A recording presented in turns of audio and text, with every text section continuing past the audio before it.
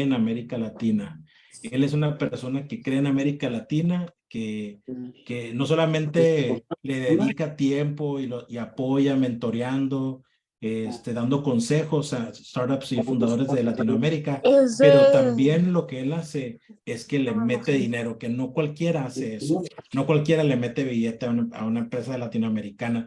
Y ahorita en Silicon Valley lo ven cada vez más seguido, pero antes de que fuera fashionable, ¿no? De que fuera como aceptable meterle a un startup en América Latina, Mike ya lo hacía.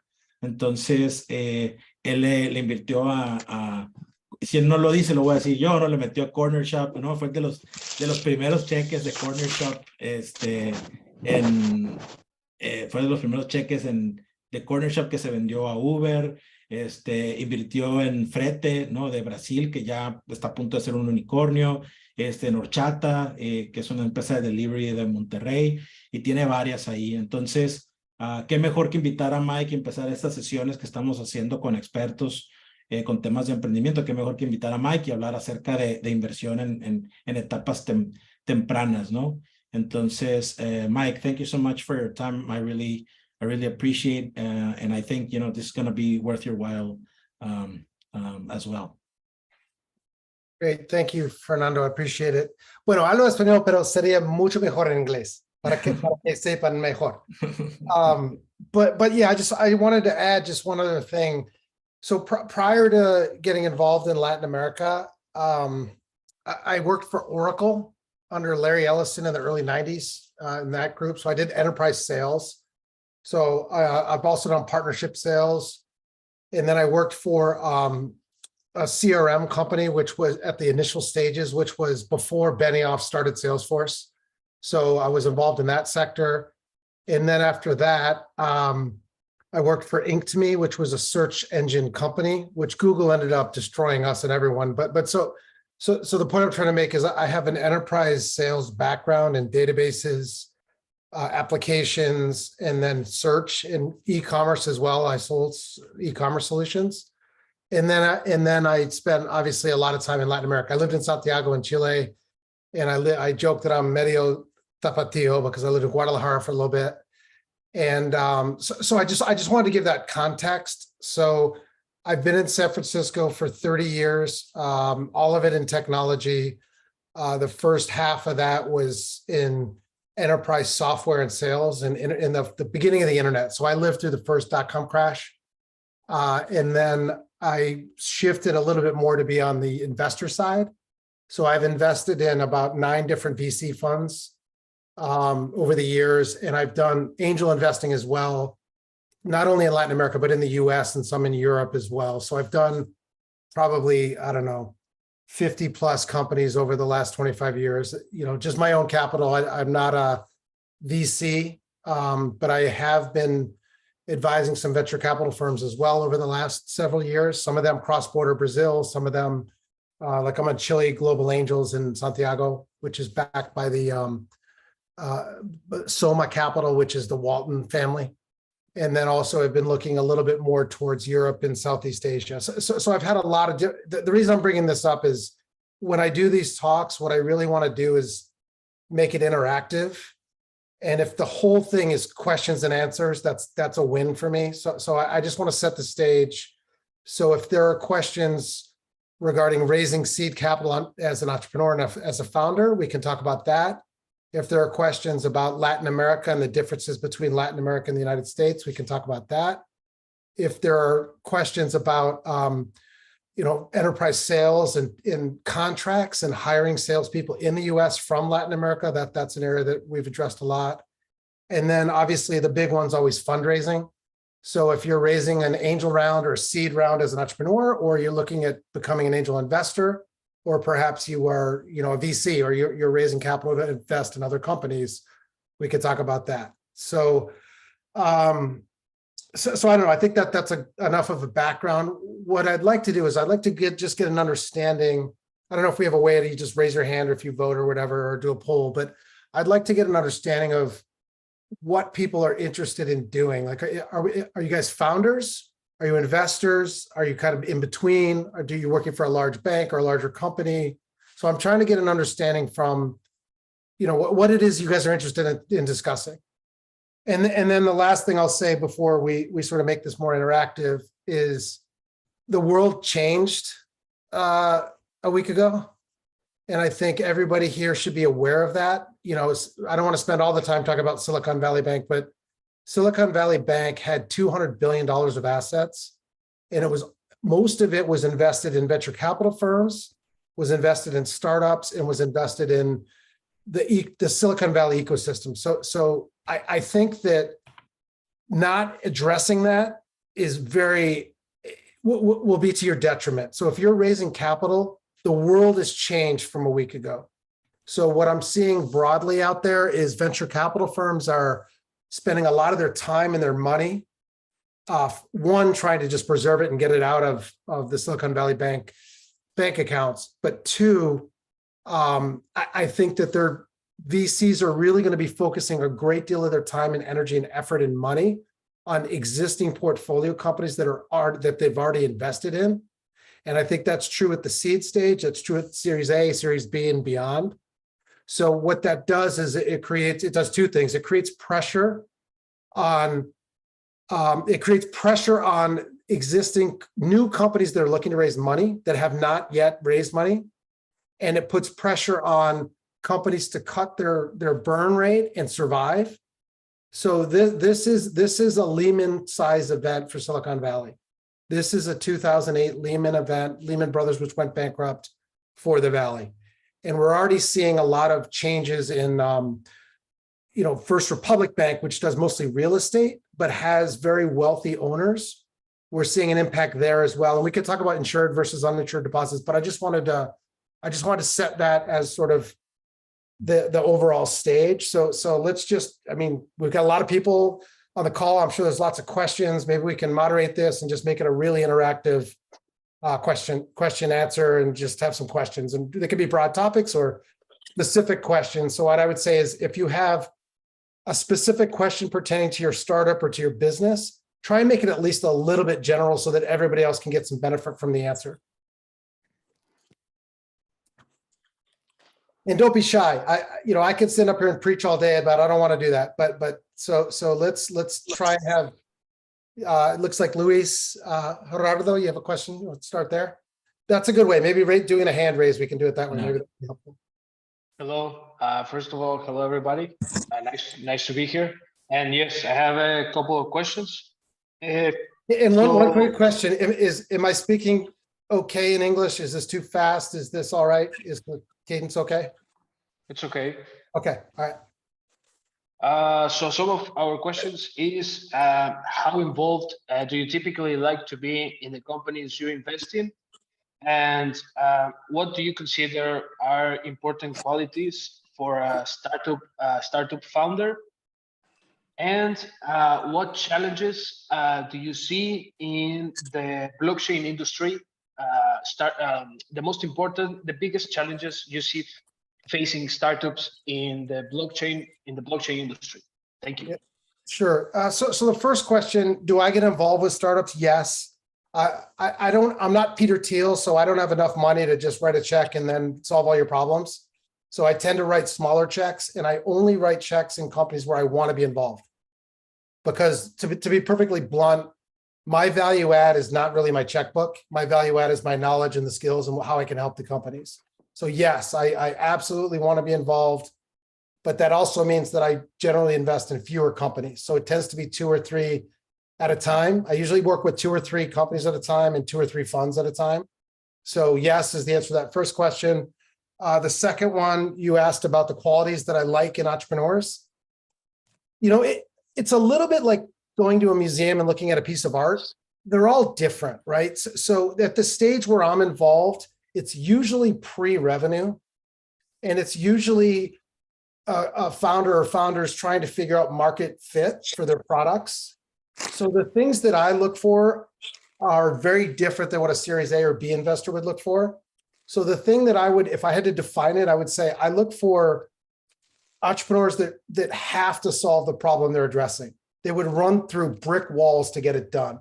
They're not doing it to make money. They're not doing it to be famous. They're doing it because they are so upset or so angry or so motivated that there's a problem that they need to solve, that they're just going to do everything they can to fix it. So I don't know if you call that stick-to-itiveness, if you call that just drive or energy, but I look for that. Because if everything goes really, really well from day one, you're going to be doing this for 7 years as the CEO of this company. That's if everything goes really well. Because that's how long it takes to build a business. That's how long it takes to hire a team. That's how long it takes to get customers and to shift those customers. And I would recommend Peter Thiel's book, 0 to 1, because when you think a startup is hard, when you get that first million of ARR, that's pretty damn hard. To get to 10 million is even harder. To get to 100 million is even harder. It does not get easier. It gets easier in the sense that if you have a good team around you, you can focus your time and effort and energy on things that are less draining to you personally and physically. But it is every stage of revenue growth is challenging. And then your third question, which is right to the point. So I do enjoy blockchain quite a bit. I've been involved in the space for, I guess I'm considered an OG. So 2013, I learned about it. And ironically, I learned about it through Wences Casares, who I don't know if you know is patient zero for blockchain. He's from Argentina. He started a company called Zappo. He was. Algunas cosas que no sabemos si todavía hacen sentido. What's that? No, somebody had their mic open. Oh, okay. Please, So this is a really important point, just generally. WhatsApp and blockchain are two areas where I think Americans missed it, us North Americans. Because of the way our cell phone structures are set up, we didn't see WhatsApp coming. And because until this week, our currency was stable and our banking system and inflation was low, we didn't really get blockchain early on. So I think a lot of the founders from Argentina, from Brazil, from Mexico, they understood that, because when your peso goes from 12 to 25, you feel it. So to me, I think the biggest single problem in blockchain from a perception standpoint is most people don't understand it. Even Wall Street firms and executives and investors and these big honchos, they don't understand what it is. They think it's a currency. They think it's a trading platform. They think it's a way to hedge a portfolio. They think it's money. They think it's a digital store of value. In my opinion, it's none of those things. What it really is a new internet with identity and payments built into it. And it's a network. It's an infrastructure network that will make the current internet look like a child's toy. So to me, I think the biggest problem is scale. I have my own biases and we can talk about this, but BTC cannot scale. 3 to 5 transactions a second does nothing. If you're a Visa or MasterCard or even a high frequency trading firm, you need 100,000 minimum transactions per second. So I think the biggest issue blocking blockchain adoption and use is the scalability issues. And I don't want to go too deep down the rabbit hole, but I don't think proof of stake is the answer. I think that just makes the problem harder and more difficult. And I look at that from my database background. They're sharding data and they're making it even harder. So that I would say, if you could solve the scale issue, and there are some companies out there like SUI blockchain that came out of the Facebook that are doing some things. It is proof of stake, but they're looking to scale. So if you could solve the scale issue, I think you'll win. The other aspect that I'm really keen on and focused on is micropayments. So if you can do payments profitably under $1 or under $2, you have the entire world as a customer. So Colombia, 25 million unbanked, Southeast Asia, Malaysia, the whole world. The problem is, even with Square and Venmo and Stripe and all these different providers, there's still a 25 cent and 2.5% cost. So any transaction under $2 doesn't make any sense. So I think if you can crack that nut as a blockchain entrepreneur, you will win. So scale and micropayments are the two. So I think next up we got Darwin and then Indira after that. Hi, nice to meet you. Actually, it's Eduardo, but my company is Darwin. Oh, okay. Thank you for your time right here. We are a SaaS B2C that empower Latin America small and medium enterprises. And in short words, we empower businesses with our SaaS, right? We have right now a pre-seed round with a 5.9 million post money valuation, and actually the last week we just opened this round, and it seems like a joke when we saw the news with Silicon Valley. The question is, how, living right now on Chihuahua City, we can raise this pre-seed round, and more specifically, where we can find, after what happened last week, money. That's the short question. Yeah, so I think, I'm going through this with the company. I'm not going to say which one, but they raised, and this is pretty much true with all Y Combinator companies. They were raising at 16, 18, 22 million post-money valuations after demo day. Today, they're getting a third of that. I have companies at 30 million asking for 10. So valuation is one aspect of that, but that has implications on the rest of your investors on your cap table. So what I always recommend in this specific situation, Eduardo, is I would go to all of your existing investors, and I don't know what the raise is, but I would, let's say you raised, I don't know, 2.5 million last time. And let's say you need, I don't know, 500K now to get to the other side. What I would do is I would go back to all of your investors on the cap table and say, we still believe in what we're doing. Things are going great. We obviously know the environment is difficult. What I want to do is raise, whatever it is, $500,000, but I want to go to my existing investors and I'm going to raise that at a lower valuation. I don't know, 30, 40%, 50% less than the last round, but don't do a lot because you don't want to dilute yourself. You want enough money to give you some runway so you can actually achieve a milestone and try and work your way out of this, but not so much that you dilute the entire company and team. And go back to your existing investors with the following message. We're going to do X round at X dollars at a lower rate valuation. I'm coming back to my original investors first because you guys will be the ones that get diluted. If you put up the same percentage allocation that you did on the previous round. So let's say you had an investor that put in $100,000 at your 5.9. Now, if you're raising it, I don't know, a 3 point whatever, they're gonna probably end up putting up 20,000 or 28,000 or whatever the number is. And if everybody on your cap table puts in, the legal term is pari passu. If everybody puts in the same percentage amount and you get all of your investors to do it, you essentially are not really diluting anyone, but you raise enough capital to survive to fight another day. Does that make sense? And the motivation for them to do that is if they don't do it, what ends up happening is that 500K or whatever you end up raising might come from outside investors who will get an outsized chunk of the company for the amount that they've invested in your cap table. And then all your previous investors will be diluted. Does that make sense? Yeah, but what happened if we hadn't have right now on investors? For example, in our case, in our case, we made bootstrapping and friends and family at our MVP. I'm sorry, I think it's the iPhone of Jose meeting. We're hearing some background noise, so if you could mute while you're there, that would be great. Thank you. Sorry, go ahead, Eduardo. We don't have any investors yet because our first stage was bootstrapped and friends and family, and we have a traction now. We close a very good year with more than 400,000 in sales in our first year, more than 12x growth in our first year.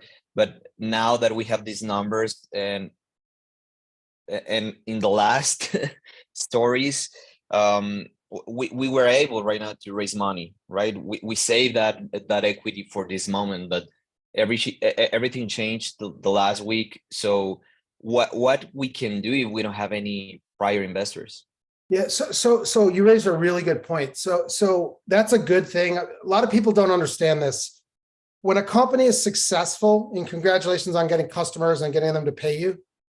When a company grows at a fast pace and is very successful, they burn money. Everyone thinks that the only reason they burn money is when they go down and they're trying to cut. But as you grow, it costs a lot more to hire salespeople to grow. And the best possible capital you can ever raise, and this is for everybody on this call, is through your customers. It's non-dilutive. If you can get them to pay you upfront and offer them a discount, let's say your average sale is $50,000 a year and it's a monthly SaaS contract. Offer them to pay you $40,000 or $42,000 now, because you're giving them a 10 or 15% discount. But if they pay you now, you build up your cash flow, you build up your balance sheet of cash without having to dilute anybody. So I don't, maybe your numbers aren't quite there, but if you, the other thing is there are companies out there like Pipe and some others that you probably need a little bit of a track record, but they're easier than banks. What you do is you essentially sell your customer SaaS revenue and they provide you upfront capital for it for a fee. So it's sort of like a startup version of asset-based lending or factoring, but it's cheaper. They do business in Mexico, but I think their limits might be a little bit higher.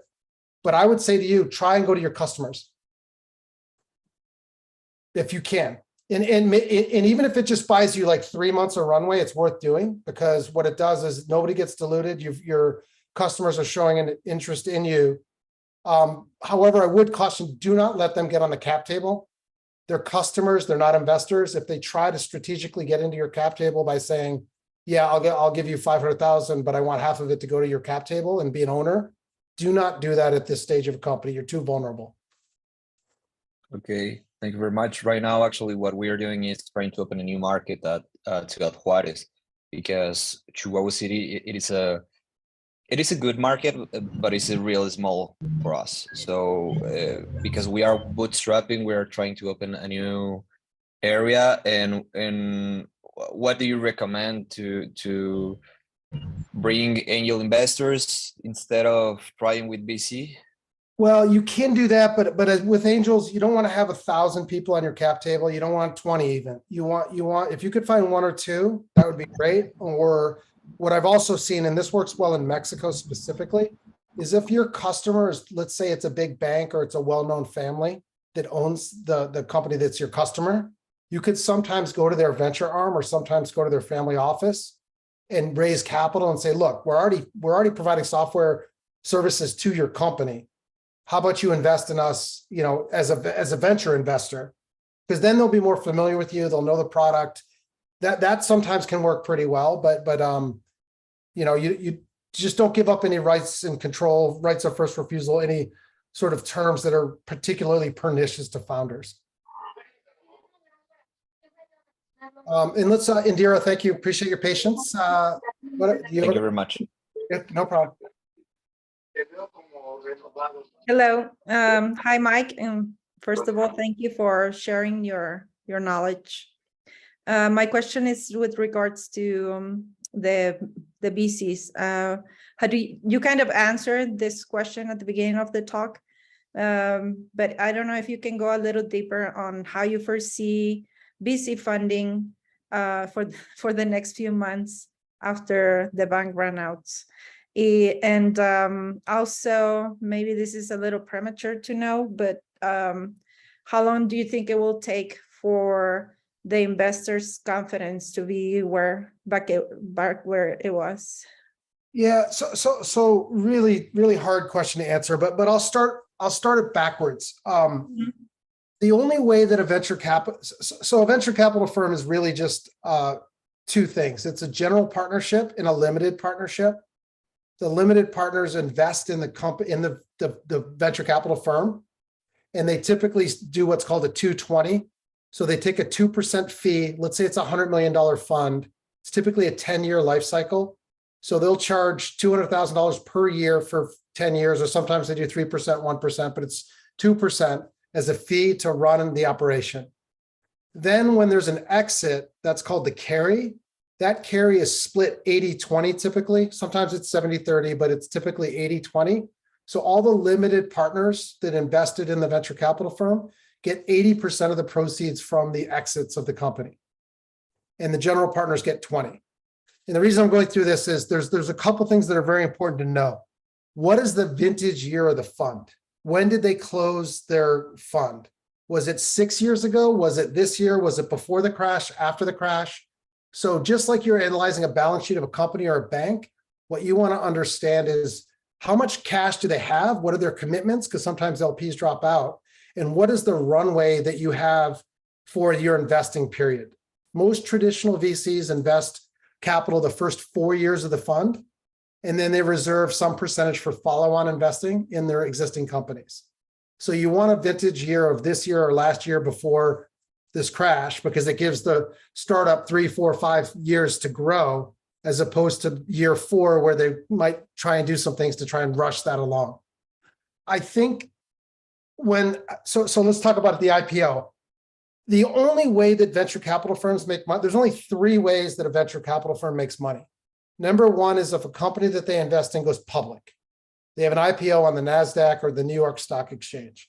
That takes a long time. From seed stage, you're typically looking at 9, 11, 15 years. The second way they make money is through a merger or an acquisition event. So if a bigger company like Microsoft or Google or Facebook buys the company in year 3, 5, 6, whatever, they get a cash. So that's kind of like Uber with Corner Shop. The third way is through a secondary sale. So sometimes the founders of the companies and sometimes the VCs themselves can sell shares to another partner or a bigger bank or a private equity firm, or buy them off of, or have a secondary offering of shares that they can then purchase. So there's only 3 ways that venture capitalist makes money. And so I want you to think about their mentality is if there are no IPOs, they're not going to make money and they're going to slow down their investing. However, on the other side of that, they get paid to deploy capital, not to sit on it. So they can't go too long without investing money. Because if they don't invest that money, then there's no chance that they're going to get a return to be able to raise another fund, because they're always looking to raise the next fund. So they call that an overhang. The venture capital community will use that as the term is an overhang, which basically means it's like a wave, which means they have a lot of money that they need to deploy, but they can't wait too long. So I think what you'll see is the following steps. You'll see, let's look at our existing portfolio. Let's see what kind of shape the companies are in. Let's shore up our capital to try and help the ones that we think are going to win. Then the ones that we don't think are going to win, maybe we won't do as much there. That's phase 1. Phase 2 will be, okay, now that we've done that and we think we've got enough allocated to these existing companies and we're going to help them grow over the next several years, let's look at new investments. Those new investments, probably right now, the valuation is going to be lower. The criteria will be a little tighter, and they're going to look a little bit harder at what types of companies they're investing in. But they have to deploy capital. So the example I like to give is, I don't know, Fernando, if they've talked to Santi yet from Emergence. No, they haven't. But so Emergence is one of the biggest and best, not biggest, one of the best enterprise SaaS venture capital firms on planet Earth. They did Salesforce, they did Zoom, they did SuccessFactors. They're just really well known for enterprise SaaS companies. In 2008, after the financial collapse, they did 1 deal the entire year. And that's rare, but they were well known, and they sent a letter to their LPs and said, hey, we don't like this environment. We don't like the pricing. We don't like what we're seeing right now. We might not do anything this year. So just hang tight. Not every firm can do that. Younger firms, smaller firms, newer firms that don't have the reputational value might not be able to do that, but I would expect a slowdown, and I would expect them to take, I mean, if I had to guess, gun to my head, they're going to take 3-6 months to kind of figure out what's going on. And then I think they're going to start, I don't know, maybe like end of summer or beginning of summer this year, start to allocate a little more carefully, and then they'll probably try and pick it up. I think smaller funds may choose to do less money in follow-on investments, and they may choose to allocate more of it up front, which is what I'm advising a lot of funds to do. Because if you're a seed fund, you want to get early ownership when the valuation's lower. So if you look at this from a venture capital perspective, if I can invest, typically your fund invests in 15 to 25 companies, depending upon the size. If I can invest in those companies now at a 30, 40, 50% discount to what it was a year ago, I want to deploy that capital. So I may invest more. And I think we'll see this at the earlier stage more than the later stage. But I think you'll see capital can't just sit there. And I think once there's a feeling of confidence that's restored, I think you'll see more active venture investing. And there's a lot of money that's going into venture. So I don't think it'll be 2 years, but I don't think it'll be 2 months. Thank you so much. Sure. Did that answer what you were Yes, asking? yeah, well, it kind of gave me a broader panorama of what's happening. Yes. And I think sometimes entrepreneurs look at venture capital like a black box, and it can be very confusing. I think understanding how they operate and how they work is helpful. So, maybe I'll give a little bit of some recommendations on how to approach them and who the players are and what that looks like. Would that make sense? Yes. So typically the vernacular behind a VC is you've got founding partners, sometimes called managing partners or managing directors. And those are typically the people with their names on the door. Okay. They're the ones that sort of hold the most power and have the most carry within a firm. Then below that, they have partners who are typically people that are pretty experienced, but didn't start the firm, but they have a lot of deal flow and they tend to bring deals in. And then they have a category, what I'd call associates. And those tend to be younger, smarter people from top schools that are just trying to get deal flow. So the associates typically reach out to the entrepreneurial community to try and get meetings to bring in deals, because that's how they get monitored or measured. And then the typical way it happens is if a VC meets, one of the partners in a VC or one of the associates will meet with an entrepreneur, and then they will bring that, if they like it, they will bring it back to the partnership to have a discussion. And typically, you're doing well as an entrepreneur if you get invited back. It's not always true, but Mondays or Tuesdays tend to be the all-day partner meetings. And that's when all the partners in a VC firm get together and look at all the companies and try and evaluate them. Now, you need to understand that a lot of these partners operate in a silo. So typically, if you bring a deal to the partnership and that deal is very successful, you get an outsized percentage of that carry from that win. The other partners in the other firm, everyone else in the firm shares in the benefit of it, but not as a higher percentage.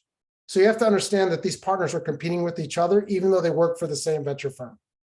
Okay. So there's this romanticized version that everybody in venture is holding hands and they're all working together. But the reality is you make your name by finding the next company, and then you bring that in. So keep that in mind.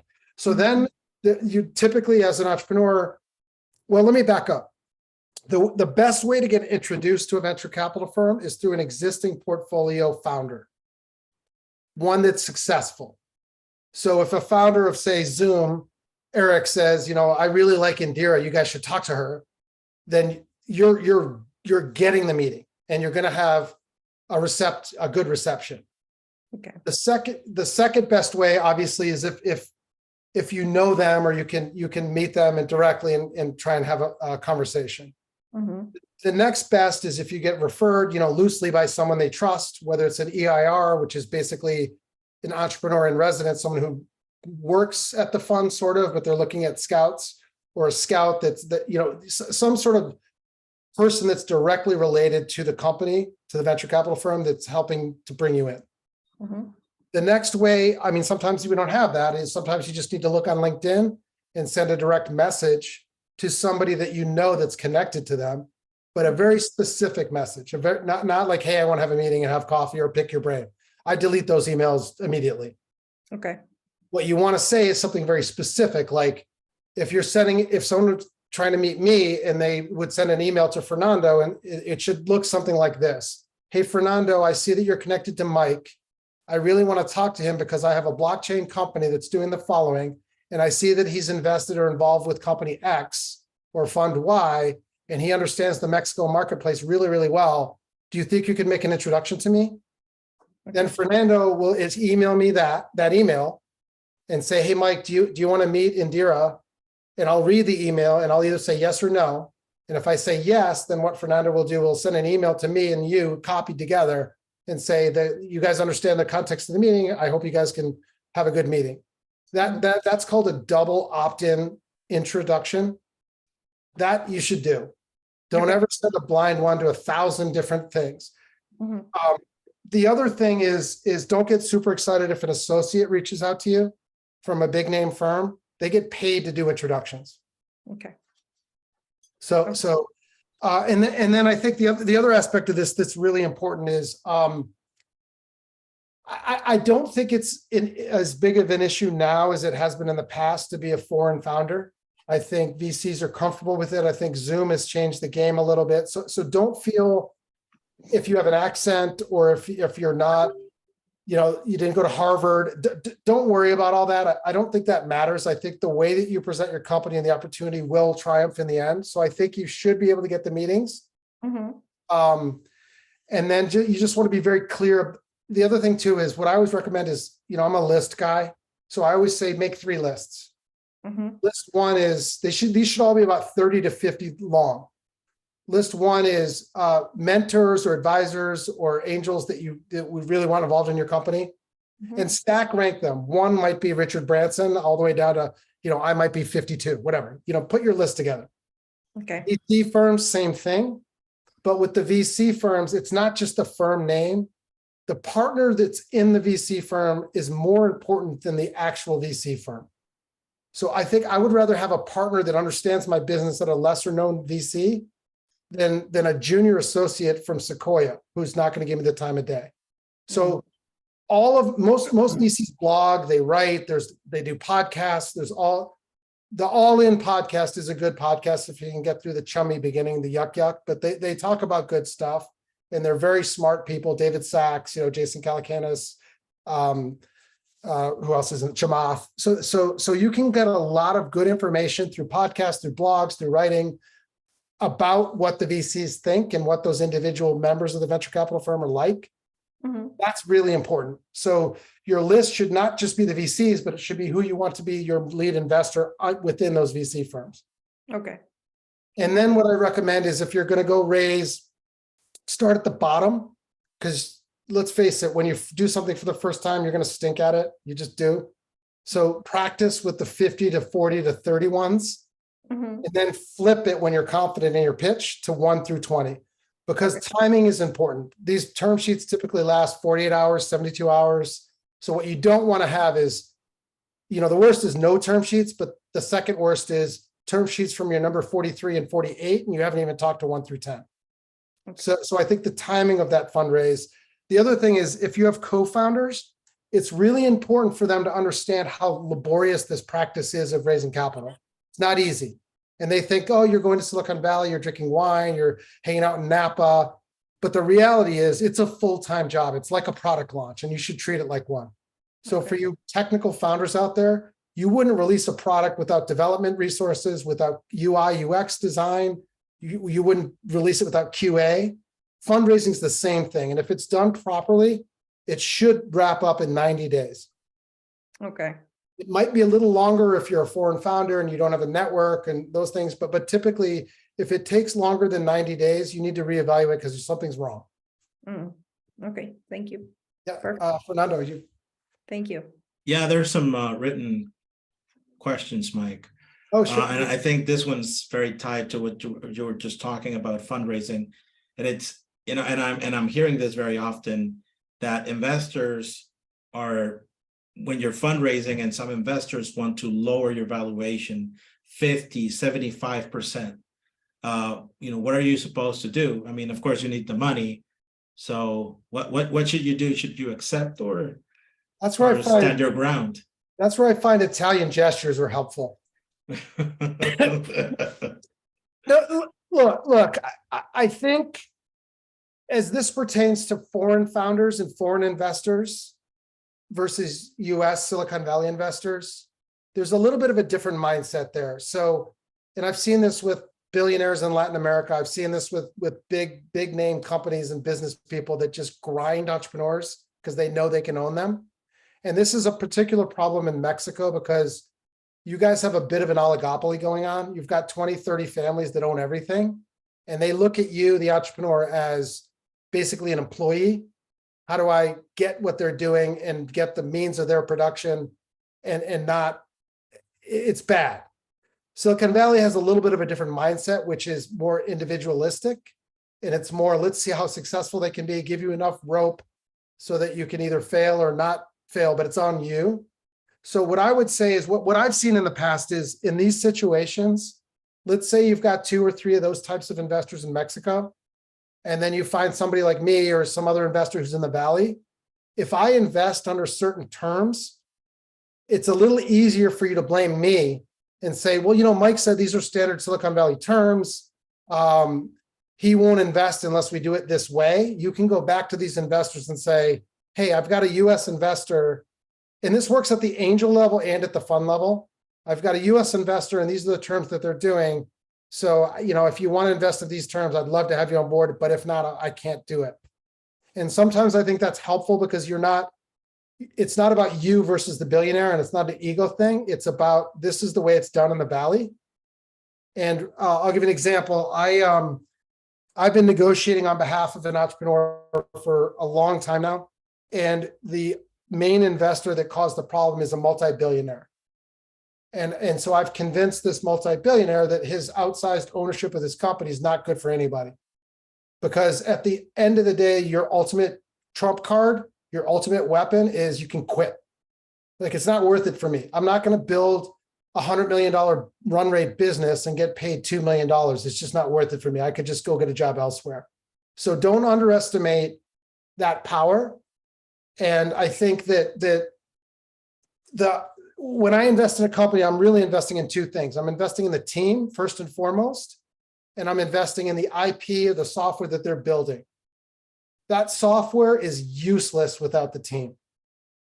It really is, especially at the early stage. Now, maybe if it's, you know, a mobile chip and it's Qualcomm versus Intel or Microsoft versus Google, it might be different. But at this stage, the IP without the team is useless. It's worth 0.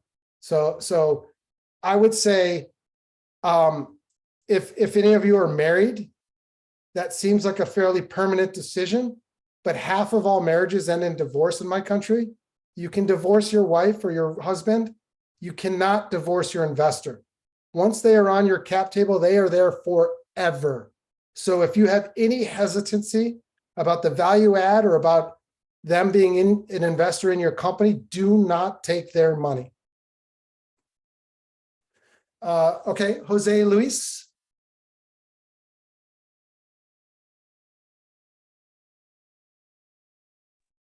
Estás en mute, José Luis.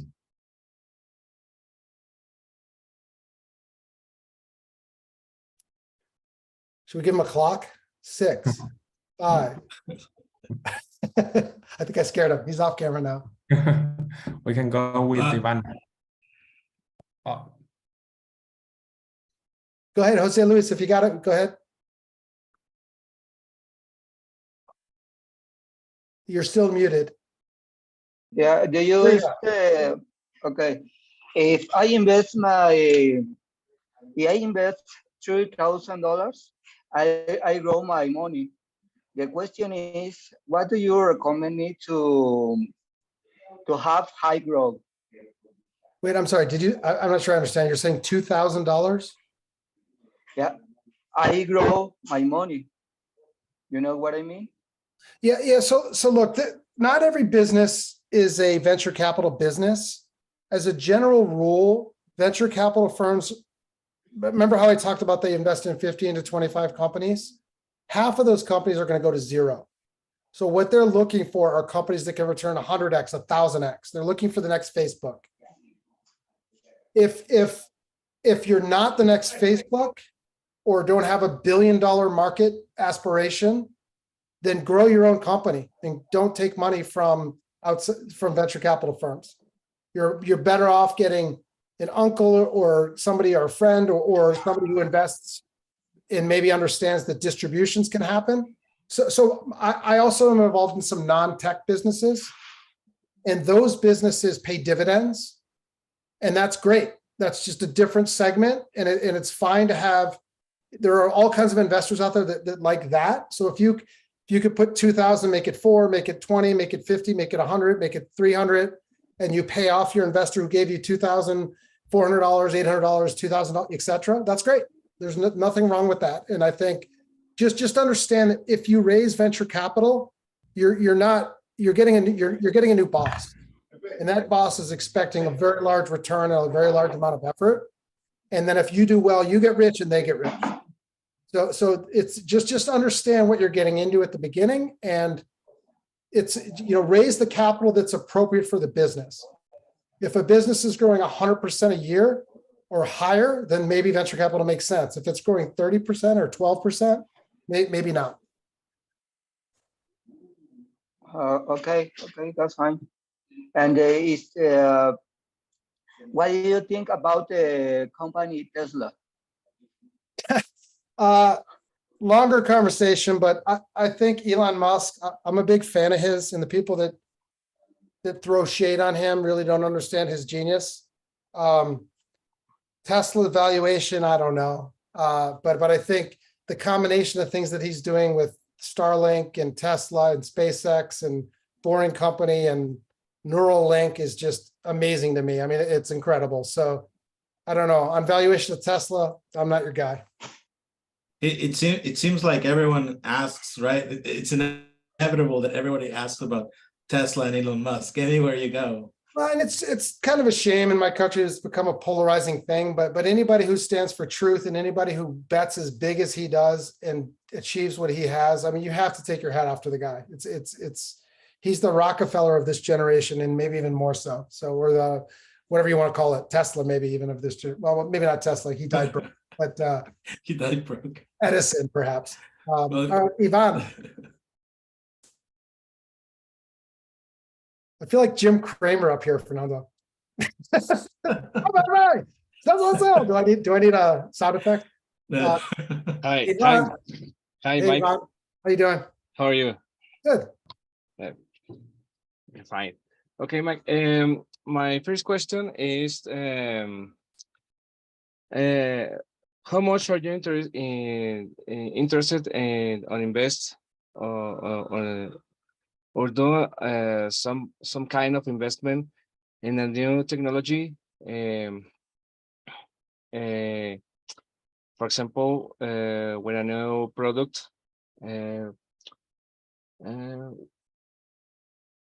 Si es más fácil para ti, me puedo preguntar en español, está bien. Sorry, is by the technicism in on English. Biotech. Okay. Que puede descomponer el hidrocarburo y todos sus componentes. Y todos sus derivados. I don't know anything about that sector. So I know less than zero about it. So Okay. I don't know. I know it's an important sector. And I know when they did an interview with Larry Ellison a few years ago, they asked if he was 20 years old, what kinds of companies he would start. He said biotech. So I know it's important, but I don't have the knowledge or the background in that space. It's about in environmental and institutional bioremediation. I didn't understand. Okay. Okay, we work in my company. We work some years ago with Pemex. We work a lot of time with Pemex, but we have 2 years without work. I'm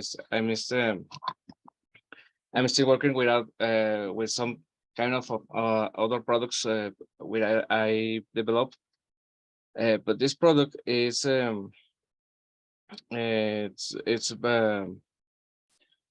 ¿cómo lo digo? Es muy Dilo en español. sí, claro, gracias.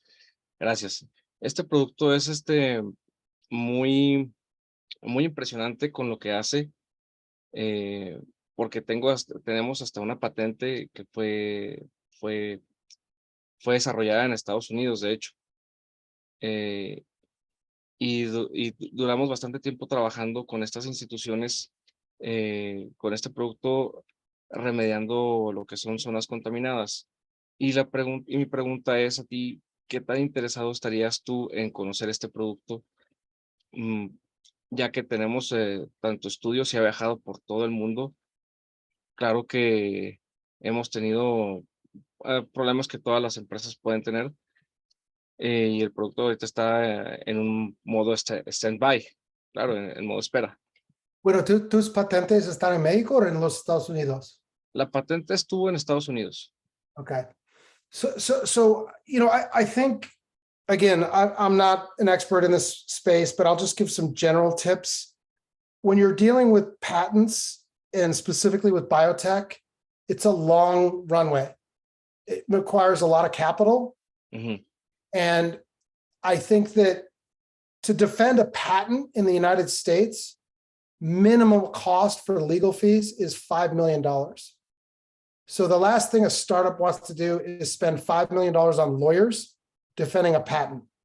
So in a situation like that, if the patent's really valuable, what you end up doing is selling to a bigger company, you know, that can help you to defend that, and the values there. The value of the patent is worth something to a larger company that wants to say, like, you know, a pharmaceutical, for example, if there's a pharmaceutical company that really wants what you have, they'll spend 20, 30, 50 to $200 million if it can provide, you know, Pfizer last year, you made $100 billion in the last 2 years off a certain vaccine that everyone seems to want to take or have to take. So I think that in your situation, partnering with this, possibly two strategics, so that not one dictates everything you do, might make sense, but it's going to require a lot of capital, and it's going to require a lot of testing and a lot of, it's again, that's partly the reason why I deal with software and startup SaaS stuff, because the life cycle is shorter. So, you know, what I would strongly recommend is, you know, obviously you've got patents, so you've got a good lawyer, but also maybe finding an executive at one of these companies to help guide you through this process. Because it's going to require domain experience, domain skill, knowledge, and I don't have that. No, como me comentas de todos los estudios, se han hecho incontables estudios del producto, como lo que me comentas. No es como no es como por hacer las cosas como porque sí. Tenemos aval de las instituciones mexicanas, instituciones americanas. Llegó a estar en el plan de contingencias de Estados Unidos, de hecho, de este tipo de desastres. Por ejemplo, lo que pasó en el Golfo hace unos años, que no nos hablaron, pero llegamos a estar presentes ahí. Iván, nos queda muy poquito tiempo. Yo quisiera que termináramos mejor ya, entonces nos quedan, yo sé que Mike se tiene que ir. Claro. Si le damos tiempo nada más a Jorge y quedaron 2, 3 preguntas, entonces, Jorge, si puedes tú por favor continuar y a ver si alcanzamos alguna de las que quedan escritas. Bueno, gracias, Iván. Okay, good evening. What do you think about that people always think that you need to find a solution for a problem? What I mean, I'm sorry, a what solution for a problem? Oh, any kind of solution for any kind of problem. It's because I always hear here in Mexico that you need to make a company that solves a problem, just a problem. But what I mean with this, in my case, my project is about a platform, electronic platform for leasing. Lease anything, any kind of product that's such as a tool or electrodomestic or any other kind of machine that you use in your home, or you, I don't know, like an oven, something else, random kind of tools. Well, the people always told me that you need to solve a problem. Yes, but in our research, we found that for some people, we are solving a problem, but for any other people, we're giving them an opportunity. So when some mentors ask me about what kind of problem we're solving, we can't answer with a very specific kind of problem. I don't know how to explain it, because it's a kind of random problem. For example, it's not the same problem for a person that needs to cook cake, but she hasn't any oven in his house or in her house, to the problem of another person that will not want to finish his own house project and he need a drill, but he hasn't. Yeah. You understand that? Jorge, I think it's just a matter of how you define the problem. So you are solving a problem, right? So yeah, tools are expensive. They're hard to store. They're difficult to learn how to use. You know, you are solving a problem. It just depends how you define it. So yeah. like what problem did Uber solve, right? In the early days, most people said Uber solved the taxi problem. Yeah. Is that really what they solved? What they solved was a transportation problem. So now they deliver food. Now they have cars on demand. So it wasn't really about taxis. It was really about getting a person from place A to place B. That's a transportation problem, not a taxi problem. Yeah.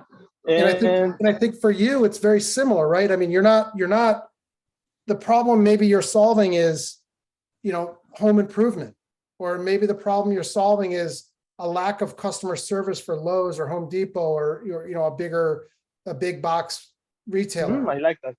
Maybe the problem you're solving is a cost one. Maybe you're helping people that can't afford these tools. You can't afford to buy 100 tools in a truck day one. So maybe you help people get into business by getting a few tools to start and then building, you know, maybe I could see half a dozen problems that you're solving. It's just the way you look at it, I think. Yeah, it's because it was pretty hard to find a specific sentence to determine what is that problem we are solving. A very specific problem. Well, so be careful though, because if you're too specific in your definition, your market sizing goes down. Yeah. I think whenever I get stuck with this, or a company I'm working with gets stuck with this problem, what I always recommend is that they ask their customers. Customers will tell you things that you can't think of yourself sometimes, and they'll use things in ways that you didn't imagine. So if you ask all your customers why they use your service or your product, you're probably going to see 2, 3, 4, 5 themes pop up to the top that they all say, or majority say. That's the problem you're solving. Well, we got a common sentence from other potential customers, and I don't know how to say it in English, but I will say it in Spanish. They like our project because lo sacamos del apuro. Lo sacamos del apuro. Lo sacamos del apuro. It's like getting them out of a pickle. A problem, right? A pickle. We take them out of an emergency, any kind of emergency. So what I would recommend, and this goes for everybody here, look at a company that you admire and figure out their messaging. So like the one thing I always say is, like, if you look at the Apple iPhone, they don't advertise the gigabytes, they don't advertise the screen quality, all that. What they basically, their commercials are just a mom filming her kid and being really happy, or a dad taking a call, or whatever it is. They show what you can do with their products, as opposed to like the technical details of the product. Okay. Mike, do you have time for one more question? Yeah. Michelle, we won't leave you hanging. You've got your hand up there. I know it's less tiring doing it that way, but let's go. Thank you, Mike. Yeah, no problem. All right, last question, Michelle. Okay, thank you. Thank you very much. Hello, Mike. Thanks for your time and sharing also your experience. We are Dogma, and streaming platform. We also just started the second round of investment. This month, we've reached on several venture capitals and international angel investors funds, but is there a specific fund for streaming platforms that you know of, or where we could look for these funds? By streaming platform, do you mean audio, video? What do you mean? Video. Video. So, you know, this is a generic answer, but I think it's relevant. What I like to do is, if you look at your main competitor, so I don't know, Netflix, or you look at, you know, I forget that documentary platform. Look at a bunch of competitors to your business. Go on Crunchbase and see who invested in their seed round. So usually there's some good data in there. So what you're looking for, Netflix might be a hard one because it was so long ago, but if you can find who invested in the seed round, they sometimes list angel investors and they sometimes list the VC fund.